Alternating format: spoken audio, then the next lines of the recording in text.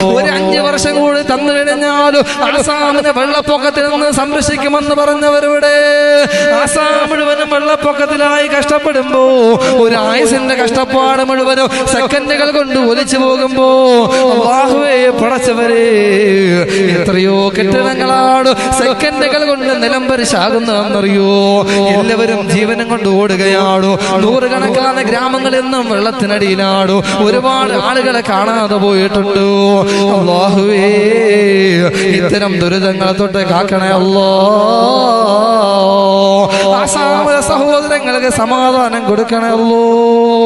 നീ സംരക്ഷിക്കണേ അല്ലോ. എന്തുകൊണ്ടാണ് ഇതുപോലെയുള്ള ദുരന്തങ്ങൾ ഉണ്ടാകാനുള്ള കാരണം എന്തെന്നറിയോ. അല്ലാഹുവിന്റെ വിശുദ്ധമായ ഖുർആൻ തന്നെ അത് പറയുന്നുണ്ട്.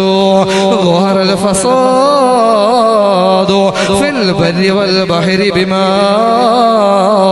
കസബത് അയ്ദിന്നാസ്. കള്ളും കഞ്ചാവ് ലഹരികളോ അനാവശ്യങ്ങളും അനാശാസ്യങ്ങളും അനാചാരങ്ങളുമല്ലോ ഒരു നാട്ടിൽ നടന്നു കഴിഞ്ഞ അള്ളാന്റെ പരീക്ഷണങ്ങൾ കടന്നു വരികയാണ്. എന്റെ പ്രിയപ്പെട്ടവരെ, എത്ര വലിയ ഉയർച്ചയുടെ ഉത്തുംഗതയിലെത്തി എന്ന് പറഞ്ഞുകൊണ്ട് മനുഷ്യൻ എത്ര വലിയ അഹങ്കാരിയായി മാറിയാലോ